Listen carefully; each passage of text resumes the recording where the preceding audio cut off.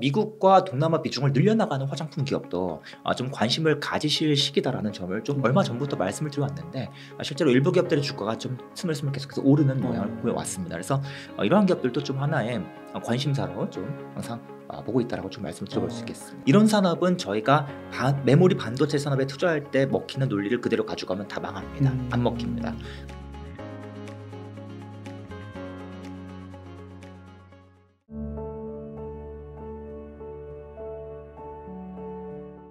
그러면 혹시 네네. 삼성전자, SK하이닉스 그리고 네. 뭐 삼성전자의 경쟁자를 할 수 있는 TSMC 말고 예. 혹시 뭐 또 좋게 보는 우리나라 반도체 주식이 있으실까요? 예. 보통 이제 하락 사이클이 오고 그리고 나서 이제 일부 횡보가 오다가 다음번 상승으로 갈 텐데요. 그러면 다음번 상승 사이클 때 누가 가장 많이 오를까 이걸 항상 고민을 해야 하지 않습니까? 그런데 안타깝게도 누가 가장 많이 오를지 어떤 기업의 실적이 가장 크게 증가할지 정확하게 예측할 수 있는 방법은 존재하지 않습니다. 실제로 저도 과거에 저는 반도체 전문가가 아닙니다. 저는 정말 모든 기업들을 바텀업으로 투자하기 때문에 과거에 수많은 사이클 산업들을 여러 번 투자를 해왔는데요. 다음번 뭐 화학 산업의 사이클이 오면 어떤 화학 기업이 가장 많이 오를까? 다음번 반도체 사이클이 오면 누가 많이 오를까? 정말 많은 고민을 했고 많은 분석을 했지만 이게 실제로 잘 안 맞습니다. 저는 이 기업이 많이 갈 거라 생각했는데 생각보다 다른 기업들 좋은 기업이 많이 나와요. 많이 오르는 기업들이. 저뿐만이 아니라 제가 이 과거에 진행했던 수많은 스터디 모임이나 전업사무실에서의 이 발표 자료 이런 것들을 종합해도 마찬가지입니다. 다만 저희가 정확하게 맞출 수는 없지만 최대한 좀 논리를 갖추어서 이유를 갖춰서 한번 좀 접근을 해보자 이런 이야기를 항상 말씀을 드립니다. 그래서 개인적으로 그럼 다음번 이제 메모리 상승 사이클이 올 텐데 그때 누가 좀 많이 오를 수 있을지 어떻게 접근합니까? 저는 좀 세네 가지 기준을 좀 먼저 드립니다. 첫 번째로는요. 지금 현재 또는 최근에 증설을 한 기업이에요. 보통 이 증설을 한 기업이 다음번 상승 사이클 때 제품을 생각보다 많이 내다 팔면서 실적이 크게 증가하고 주가가 많이 오르는 경우가 종종 목격이 됩니다. 실제로 화학산업 투자할 때도 이게 주요한 아이디어가 되는 경우가 굉장히 많이 있거든요. 그런데 이 반도체에서도 이러한 경향이 없진 않습니다. 그래서 최근에 이 공장에서 제품을 찍어낼 만큼 찍어내고 있어서 다음번 커다란 상승 사이클이 와도 물건을 더 이상 찍어내기 어려운 것이죠. 이미 공장이 꽤나 풀로 돌아가고 있기 때문에. 그래서 증설을 수행한 기업들 이러한 기업들을 좀 우선적으로 좋게 봅니다. 대표적인 기업으로는 하나 머티리얼스가 있겠고 또 월덱스라는 기업이 있겠습니다. 그래서 증설 관점으로 이 좋은 기업이겠구나라고 생각해 볼 수 있는 첫 번째 포인트가 될 수 있겠고요. 두 번째는 다음번 메모리 상승 사이클이 오면 변함없이 낸드 플래시 이 삼성과 하이닉스 그리고 이 마이크론 같은 기업들이 낸드 플래시 공장을 집중적으로 많이 지을 수밖에 없습니다. 이 낸드 플래시가 계속해서 치킨 게임이 이루어지고 있고 또 지금은 공급 과잉까지 왔다고는 하지만 다시금 상승 사이클이 이루어지면 수요가 가장 크게 증가하기 때문에 공급도 가장 크게 늘려야 하는 제품들입니다. 그러면 삼성과 하이닉스가 낸드 플래시 공장을 집중적으로 지으면 이 수요를 볼 수 있는 기업들이 누가 있을까? 이게 제 두 번째 접근 포인트가 되겠습니다. 앞에서 말씀드렸던 테스도 이에 해당할 수 있겠고요. 방금 말씀드린 하나 머티리얼스, 월덱스 그리고 뭐 TCK 같은 기업들도 이 수혜 범위에 들어갈 수 있겠다. 그리고 일부 동진 세미킨도 여기 들어갈 수 있겠다라고 좀 말씀을 드릴 수 있겠습니다. 그리고 이제 세 번째는 기술 변화가 일어나고 있는 기업. 그래서 다음번 메모리 상승 사이클 때쯤이면 무언가 새로운 반도체 칩이 등장하고 무언가 여기에다 제품을 공급하면서 수혜를 볼 수 있는 기업이 상승 사이클 때 크게 오를 수가 있다. 그런데 안타깝게도 이게 기술적인 이야기를 풀어야 되기 때문에 오늘은 시간 관계상 짧게만 좀 말씀드리겠습니다. 특히 후공정 쪽에 집중이 되어 있는데요. 특히 이제 전 세계에서 가장 고성능의 CPU, 가장 고성능의 GPU를 만들 때 칩렛이라고 불리는 새로운 기술이 계속 확대가 되고 있는데 이러한 칩렛의 수혜 범위에 있는 기업들을 한 종목만 딱 내가 골라서 사면 문제가 무엇인가면 내가 계속 기술 이슈를 분석해야 됩니다. 이 기업의 자잘한 이슈를 계속 분석해야 되고 실제로 이 기업의 장비 수주가 확대가 되고 있는지 계속 팔로우를 해야 돼요. 그래서 실제로 개인 투자자분들께서 이 한 개 기업만 매수하시는 건 저는 좀 반대 비추고요. 다만 이 수혜 범위에 있는 기업들을 묶어서 매수하시라. 그래서 PSK 홀딩스, 그 다음에 이오테크닉스, 그리고 한미반도체, 그리고 인텍플러스 이 네 개 기업이 이 수혜 범위에 있거든요. 이들 기업을 묶어서 매수하시는 것도 하나의 전략이 될 수 있다고. 네 개를 한 번에 사는 거예요? 맞습니다. 분할로 매수하시는 것이죠. 이게 좀 하나의 전략이 될 수 있다고 말씀을 드려보겠습니다만 사실 제가 가장 좋아하는 접근 한 가지가 있습니다. 항상 하락 사이클 때마다 가장 하는 것이 무엇인가 하면 이번에도 여김없이 제품을 꾸준히 팔 수밖에 없는 기업인데 무언가 경쟁력이 떨어지거나 뭐 경쟁 강도가 높아서 문제가 되는 기업이 아닌데도 불구하고 유난히 하락 사이클이 왔다가 상승 사이클이 시작될 때 유난히 지금 반도체 기업들이 일부 주가가 스물스물 올라지 않습니까? 근데 지금 주가가 전혀 못 오르고 바닥에서 기고 있는 기업들이 항상 있어요. 우리나라의 반도체 상장사가 130개가 넘기 때문에 반드시 몇 개 기업은 항상 상승 사이클 직전에도 관심을 못 받고 바닥에서 머물러 있는, 다른 기업들은 이미 일부 반등이 나왔지만 얘는 여전히 바닥에 머무르고 있는 기업이 있다는 겁니다. 저는 이런 기업들을 찾아보는 것을 굉장히 좋아합니다. 그런데 이 기업을 지금 말씀드리기엔 조금 시기상조예요. 한 상승 사이클이 뭐 올해 하반기 올지 내년에 올지 알 수 없기 때문에 그때 시점으로 다시 평가를 해야 됩니다만, 아무튼 지금 기준으로 좀 말씀을 드려보자면 대략 한 뭐 사이맥스 아니면은 뭐 유진테크와 같은 장비 또는 장비 부품 기업들이 좀 이해돼간다라고 좀 말씀을 드려볼 수가 있겠고요. 이러한 기업들이 항상 꾸준하게 장비 그리고 장비 부품을 항상 매 사이클마다 꾸준하게 점점 더 많이 팔아나가기 때문에 보통은 다음번 메모리 상승 사이클 때에도 종전 사이클보다 더 크게 오르는 경향이 나타나는데도 불구하고 관심을 받지 못하면 주가가 가장 아래에 있는 거죠. 그러면 보통은 수익률이 가장 높은 그런 경향을 나타냅니다. 실제로 이 사이맥스라는 기업은 반도체 기업들 중에서도 인기가 가장 없는 기업입니다. 그래서 제가 지난번 반도체 상승 사이클 때도 투자를 했었고 그때 이제 대략 한 250%쯤이었네 수익률이 나왔을 때 블로그에 또 한번 공유를 했었던 그런 종목이 되겠는데, 이번에도 또 관심이 없어서 또 투자해야 되나 이런 생각이 들고 있는 기업인데요. 또 유튜브 영상 나가면 이 종목에 관심을 받아서 다음 상승 사이클 전에 좀 미리 오를 수도 있습니다. 그래서 그쯤 가서 제가 블로그에서 또 한번 업데이트를 한번 하도록 하고요. 아무튼 지금 관점에서는 그렇다라고 좀 말씀을 드려보도록 하겠습니다. 그런 거를 블로그에 남기세요? 예, 항상 남기고요. 네, 항상 공유를 드리고 있습니다. 저희 블로그가 정말 투자자분들께서 정말 도움이 되셨으면 해서 올리는 내용들이고요. 제 블로그를 오랫동안 봐오신 분 아시겠지만 이 제가 분석하는 내용들은 사실 개인 투자자분들께서 하실 수 없는 내용들이 굉장히 많습니다. 그래서 이러한 내용들을 최대한 제가 다 정말 바가지로 퍼드리듯이 퍼드리고 있으니까요. 많이 오셔서 좀 자주 구경하시면 도움이 될 것 같습니다. 무료입니다. 돈 내고 보는 거 아니니까요. 언제든지 창 끄셔도 되고요. 예, 오시면 좋을 것 같습니다. 네. 감사합니다. 그러면 혹시 그 2차전지 질문을 좀 드리고 싶은데 혹시 2차전지 좀 들어가기 전에 반도체와 2차전지 말고 혹시 또 관심 있는 게 있으실까요? 예, 요즘에 사실 저는 지금 개인적으로 조금 관심을 갖고 있는 다른 종목, 다른 업종 당연히 항상 있습니다. 항상 존재하고요. 사실 지금 이미 올해 초부터 보유해왔던 종목으로는 오리온이라는 종목이 있었고, 다만 이 종목을 지금 와서 좋게 말씀드리긴 좀 어려울 것 같고요. 이 주가가 스물스물 올랐기 때문에 개인적으로는 조금 사이클 기업들을 항상 좀 많이 좋아하거든요. 그러면은 이 반도체 상승 사이클이 뭐 내년에 오든 올해 하반기 오든 언젠가 올 것 같은데, 그거 말고 또 사이클이 올 수 있는 업종이 뭐가 있을까? 개인적으로 좀 두 개 업종을 먼저 관심을 갖고 있습니다. 그 중에 먼저 사이클이 올 수 있는 업종으로는 지금 디스플레이 업종이 있겠습니다. 디스플레이 지난 6년 동안 무관심 속에 묻혀 있었고 아무도 관심을 갖지 않는 섹터인데 이 섹터가 지금 왜 중요한가 하면 사실 삼성 디스플레이나 LG 디스플레이는 그렇게까지 투자 매력이 없습니다. 다만 이들 기업이 주기적으로 몇 년에 한 번씩 대규모로 공장을 지으면서 증설을 해요. 그런데 삼성 디스플레이가 2016년, 17년에 대규모 증설을 했었고 이제 올해 하반기부터 또 한 번 증설을 하고자 합니다. 그럼 공장 증설을 하면 당연히 장비를 많이 사갈 수밖에 없고, 디스플레이 장비 기업들은 바로 이처럼 6년, 7년에 한 번씩 장비를 몰아서 많이 파는 구조를 가지고 있기 때문에 지금 몇 년 동안 실적이 계속해서 악화되어 있던 그러한 디스플레이 장비 기업들이요. 이들 장비 기업들을 전 우선적으로 좀 보고 있다라고 말씀을 드려볼 수가 있겠고요.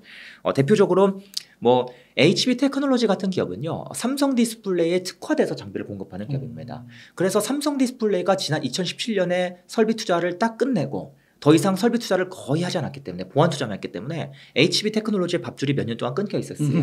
그러다가 이번에 공장 증설을 하게 되면 다시금 매출이 발생할 수가 있겠죠. 그래서 삼성 디스플레이 이중적인 기업이고요. 그에 반해서 ICD라는 기업은 삼성, LG, 중국 가리지 않고 모든 디스플레이 기업들한테 장비를 고루고루 팝니다. 그래서 이 기업은 실적의 변동이 아주 크게 발생하진 않아요. 하지만 좀 굉장히 상대적으로 다른 디스플레이 장비 기업들에 비해서 실적이 비교적 안정적인 그런 경향을 보이기 때문에 또 많은 투자자께서 좋아하시는 기업이 되겠습니다만, 이번에 올 하반기부터 LG와 삼성이 모두 다 투자에 들어갈 것으로 예상이 되고 있기 때문에 ICD도 수혜 범위에 들어갈 수 있다고 말씀을 드릴 수 있겠는데요. 한 가지 주의하실 점은 2016년, 17년 이때 제가 16년에 이 주력 종목이 디스플레이 장비주였거든요. 똑같은 논리였습니다. 그런데 그 당시에는 삼성 디스플레이가 정말 엄청나게 대규모 투자를 하면서 그때 제가 가지고 있던 장비주들이 한순간에 막 2배, 3배씩 오르고 막 그랬었어요. 그런데 이번에는 그때에 비해서 설비 투자 규모가 대략 한 아무리 좀 좋게 봐야 3분의 1밖에 안 됩니다. 그래서 장비 기업들이 지난번처럼 아주 크게 오르긴 좀 어려워 보이고, 다만 좀 어느 정도의 수익을 기대하면서 한 두 자릿수 중반 정도의 수익을 기대하면서 좀 투자해 볼 수 있는 기업이 되겠다. 다만 이 영상을 보시고 바로 내일 덥석 매수하지 마시고요. 어느 정도 이들 기업의 주가가 좀 내려앉으면, 그리고 디스플레이 쪽 삼성 디스플레이 증설 이슈가 계속 나오는지 체크하시면서 투자를 하시면 좋을 것 같습니다. 그 삼성 디스플레이 같은 경우는 왜 다시 증설을 이렇게 하는 거예요? 예, 왜 그런가 하면 올레드 디스플레이 시장은 계속 꾸준히 성장을 하고 있습니다. 그런데 이 꾸준히 성장은 하고 있지만 성장 속도가 빠른 편은 아니에요. 연간 5, 6% 정도 되는데요.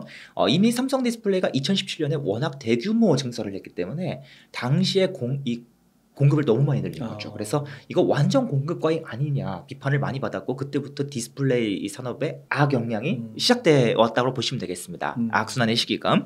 그런데 이제는 다시금 그 공급을 충분히 맞추게 되었고, 수요를 맞추게 되었고, 또 한 가지는 이 기존의 올레드 패널은요, 바로 이 스마트폰에 주로 쓰입니다. 삼성 디스플레이가 만드는 올레드 패널은 거의 대부분 스마트폰에 쓰이는데, 최근 들어서 이 사용처가 확대가 되고 있습니다. 바로 태블릿과 노트북인 것이죠. 원래 노트북은 올레드 패널을 거의 쓰지 않았습니다. 그런데 이제 여기까지 쓰려고 하다 보니까 이제는 공급이 다시금 부족해진다라고 판단한 것이죠. 그런데 아쉽게도 노트북과 이 태블릿이 한 번에 모두 다 올레드로 바뀌는 것은 아니고 일부 모델부터 천천히 바뀝니다.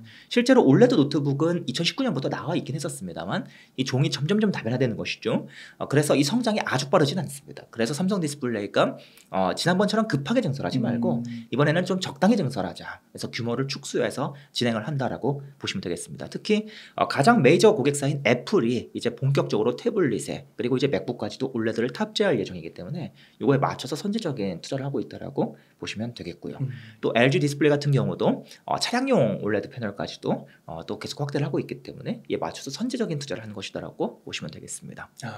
네. 그리고 이제 또 한 가지는 올해 하반기에 좀 공부하실 만한 산업으로 개인적으로 좀 화학 산업을 공부해 보시라라고 좀 꼽고 있습니다. 그래서 화학도 사이클이죠. 근데 지난 하락 사이클이 꽤나 이루어져 왔고, 보통 하락 사이클이 점점점 심화되는 시기는 내가 덥석 매수할 시기가 아니라 공부하는 시기입니다. 공부하는 시기. 그래서 지금 화학 산업을 좀 공부해 두시면 내년부터 이 좀 화학 기업들의 차별화가, 일부 화학 기업들의 상승 사이클의 이 가능성이 점점점 점쳐지고 있는데 그 수혜를 누리실 수 있으리라 좀 생각이 들고요.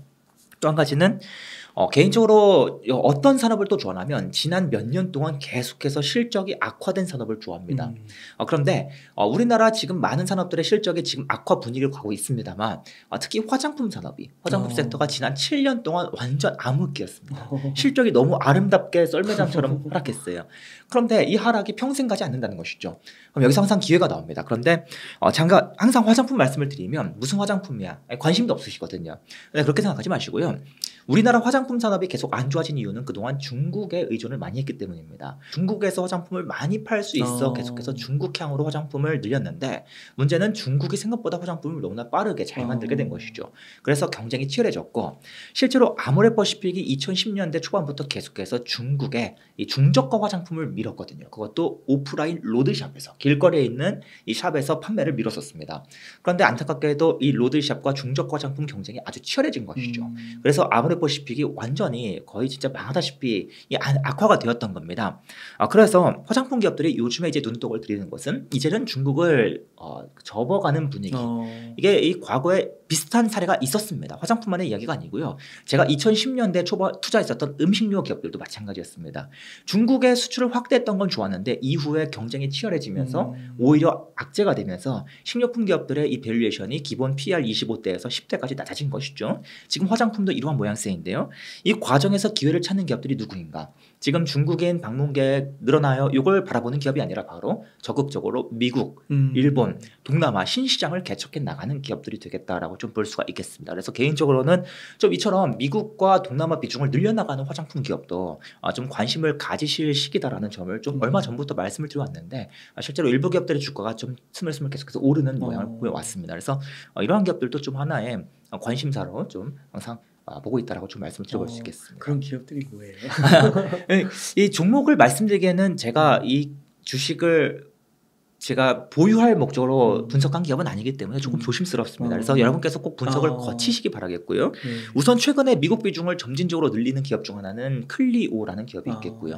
또 하나의 기업은 CNC 인터내셔널이라는 기업이 있겠습니다. 그리고 말고도 또 찾아보시면 많이 있거든요. 아직 주가가 오르지 못했거나 화장품 기업들이 생각보다 변화가 빨라요. 그래서 야 쟤네 미국에다가 내다 팔면서 실적 반등한다라고 하면 다른 기업들도 얼추 따라가는 모양이 많이 만들어지거든요. 그래서 앞으로도 이런 기회가 많이 나올 것이기 때문에 꼭 제가 말씀드린 이 두 기업 말고도 앞으로 여러분께서 좀 이런 이 관점을 말씀드린 겁니다. 그래서 이런 논리를 좀 가질 수 있는 기업들을 좀 찾아보시는 것도 하나의 방법이 되겠다 싶어서 말씀을 좀 드려봤습니다. 근데 그 사이클 주식을 좋아하신다고 했잖아요. 예, 맞습니다. 사이클 주식 투자하는데 어렵지 않으세요? 사실 사이클 투자가 전체 투자 중에서 가장 어려운 영역에 있습니다.